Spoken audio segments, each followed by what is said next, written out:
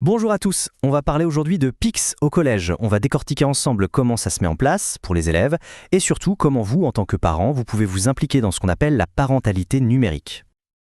Alors, voilà notre programme. On va commencer par le grand pourquoi du numérique, puis on verra ce qu'est Pix exactement, le parcours de votre enfant, votre rôle en tant que parent, et enfin, comment passer concrètement à l'action. C'est parti. Bon, premier point, et c'est une évidence pour tout le monde, le numérique est partout. Que ce soit dans notre vie perso, notre vie de citoyen ou au travail, impossible d'y échapper. Et donc face à ça, l'école a une mission absolument prioritaire. Il faut préparer les élèves à naviguer dans cet univers.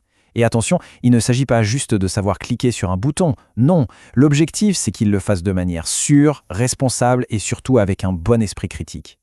Alors, comment est-ce qu'on fait ça? Eh bien, la réponse officielle du système scolaire, c'est un outil qui s'appelle Pix. C'est le service public dédié à ça. Qu'est-ce que c'est Pix, concrètement? C'est une plateforme en ligne, gratuite, où on va pouvoir cultiver ses compétences numériques. Et le truc sympa, c'est que ça passe par des petits défis, des mises en situation très concrètes, parfois même en manipulant des vrais fichiers, des vraies données. Et ce qui est vraiment malin avec Pix, c'est son moteur. Il utilise un algorithme qui s'adapte. En gros, si votre enfant répond bien, les questions deviennent plus difficiles. S'il se trompe, le niveau s'ajuste. Ça garantit une expérience qui est toujours sur mesure, que l'on soit un débutant complet ou déjà bien à l'aise. Bon, maintenant, voyons comment tout ça s'organise pour un élève tout au long de ses années au collège. Le parcours est vraiment très progressif, c'est une montée en puissance. Ça commence tout en douceur en 6e avec de la sensibilisation, ensuite on développe les compétences et ça se termine en 3e avec une certification qui est officielle et obligatoire pour tout le monde. Si on fait un zoom sur la classe de 6e, l'accent est vraiment mis sur la sécurité. Les parcours vont parler de sujets hyper importants comme la protection des données personnelles ou les bons réflexes à avoir face au cyberharcèlement. Et bien sûr, le programme évolue avec son temps. Tenez-vous bien, une grosse nouveauté est prévue pour début 2026. Un parcours obligatoire sur l'intelligence artificielle va être intégré pour tous les élèves de 4e. Et ce module, il est vraiment d'actualité. On y apprendra les bases du prompting, c'est-à-dire l'art de bien poser des questions à une IA. On expliquera comment fonctionnent ces fameuses IA génératives et surtout, on abordera les enjeux critiques derrière, la gestion des données et même les impacts sur l'environnement. Ah, un petit détail pratique qui a son importance. Il y a certaines questions, on les reconnaît à une petite icône bleue où il faut répondre sans aucune aide extérieure. La plateforme est capable de détecter si l'élève quitte la page. C'est bon à savoir.